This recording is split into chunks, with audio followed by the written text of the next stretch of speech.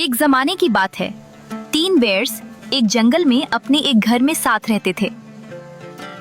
उनमें एक little we bear था, दूसरा मिडिल साइज्ड बेयर और तीसरा ग्रेट बिग बेयर। उनके पास अपने अपने प्याले थे पॉरेज पीने के लिए। उनके पास अपने अपने साइज की कुर्सियां थीं बैठने के लिए और उनके पास अपने अपने बिस्तर थे सोने के लिए। एक दिन वो नाश्ता तैयार करके पॉरेज को ठंडा होने के लिए छोड़कर जंगल की सैर को निकल गए, क्योंकि वो बाअदब और समझदार बेयर्स थे। इसी दौरान एक लड़की जिसका नाम गुल था, जो जंगल के दूसरे किनारे पर रहती थी और माँ के काम से निकली थी, उस घर के पास आ पहुंची। उसने खिड़की से झांका, फिर कंडी के सुराख से देखा। घर खाली देखकर उसने दरवाजा खोल लिया, क्योंकि दरवाजा बंद नहीं था। बेयर्स नेक दिल थे और किसी से बदगुमानी नहीं रखते थे। गुल अंदर दाखिल हुई तो मेज पर रखी हुई पॉरेज देखकर खुश हो गई। अगर वो एक शाइस्ता बच्ची होती तो बेयर्स का इंतजार करती। शायद वो खुद उसे नाश्ते की दावत दे देते, क्योंकि वो खुश मिजाज और मेहमान नवाज थे। लेकिन गुल बदतमीज और खुदसर लड़की थी, इसलिए उसने खुद ही पॉरेज खाना शुरू कर दिया। गुल ने सबसे पहले ग्रेट बिग बेयर का पॉरेज चखा, मगर वो बहुत गर्म था। ये बहुत गर्म है। फिर उसने मिडिल साइज बेयर का पॉरेज चखा, लेकिन वो बहुत ठंडा निकला। ये तो बहुत ठंडा है। वाह, आखिर में उसने लिटिल वी बेयर का पॉरेज चखा, जो बिल्कुल मुनासिब था। ये बहुत मजेदार है। ये उसे इतना पसंद आया कि उसने सारा पॉरेज खत्म कर दिया। अब गुल थक चुकी थी। वो पहले ग्रेट बिग बेयर की कुर्सी पर बैठी, फिर मिडिल साइज्ड बेयर की कुर्सी पर। ये कुर्सी भी मेरी पसंद की नहीं। मगर दोनों उसे पसंद ना आई। आखिर वो लिटिल वी बेयर की कुर्सी पर बैठी, जो बिल्कुल ठीक थी। ये कुर्सी बिल्कुल मेरे लिए है। मगर वो इतनी देर तक बैठी रही नहीं। कि कुर्सी टूट गई और वो जमीन पर गिर पड़ी। ये बात उसे बहुत नागवार गुजरी। कुर्सी टूट रही है। आराम की तलाश में गुल ऊपर कमरे में गई। पहले वो ग्रेट बिग बेयर के बिस्तर पर लेटी। ये बिस्तर तो मेरे लिए बिल्कुल ठीक नहीं। फिर मिडिल साइज बेयर के बिस्तर पर, ये भी मेरे लिए ठीक नहीं है। मगर कोई भी उसके लिए मुनासिब ना था। आखिर वो लिटिल वी बेयर के बिस्तर पर लेट गई, जो बिल्कुल दुरुस्त था। उसने लिहाफ ओढ़ा और कुछ ही देर में गहरी नींद सो गई। इतने में तीनों बेयर्स को यकीन हो गया कि अब पॉरेज खाने के लिए बिल्कुल ठीक हो चुका है। चुनाचे वो नाश्ता करने के लिए घर वापस आ गए।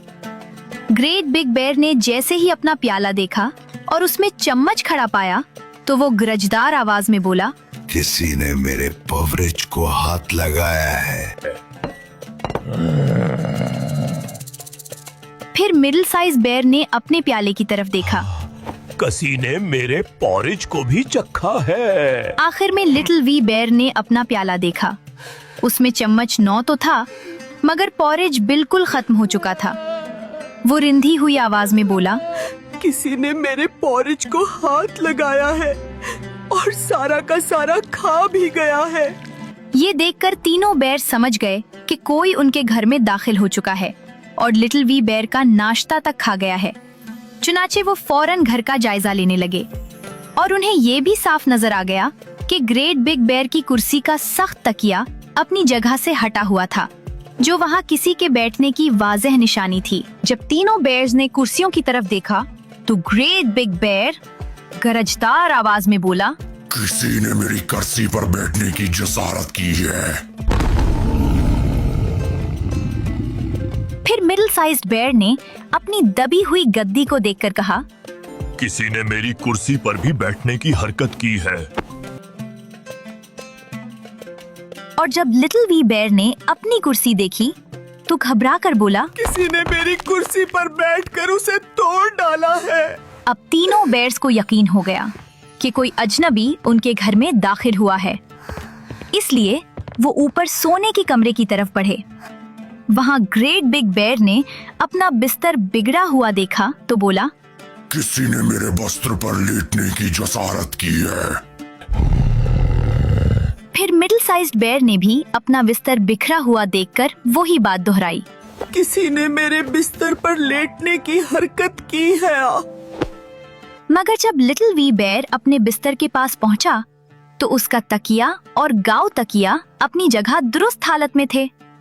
और जब उसकी नजर तकिए पर पड़ी तो वहां गुल के सुनहरी बालों वाला सर मौजूद था, जो वहां हरगिज नहीं होना चाहिए था। किसी ने मेरे बिस्तर पर लेटने की जसारत की है और वो अब भी यही है। ये आवाज सुनते ही गुल फौरन जाग गई। जब उसने बिस्तर की एक तरफ तीनों बेयर्स को खड़ा देखा, वो घबराकर दूसरी तरफ से कूद गई और खिड़की की तरफ भागी। खुशकिस्मती से खिड़की खुली थी क्योंकि बेयर्स सफाई पसंद थे। खौफजदा गुल रिट छलांग लगाकर भाग गई और तीनों बेयर्स ने उसे उसके बाद कभी नहीं देखा।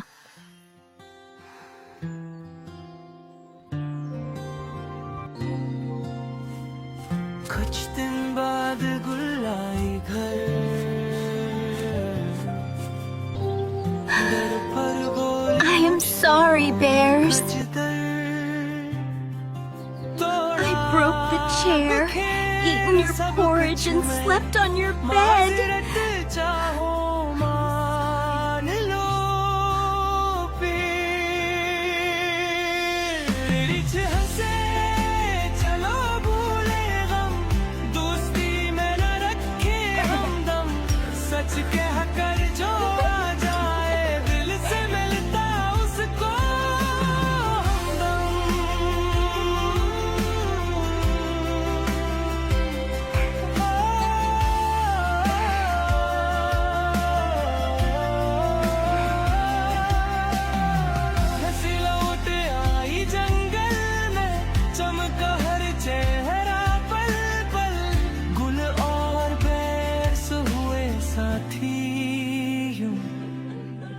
खत्म हवा हर एक दिल में।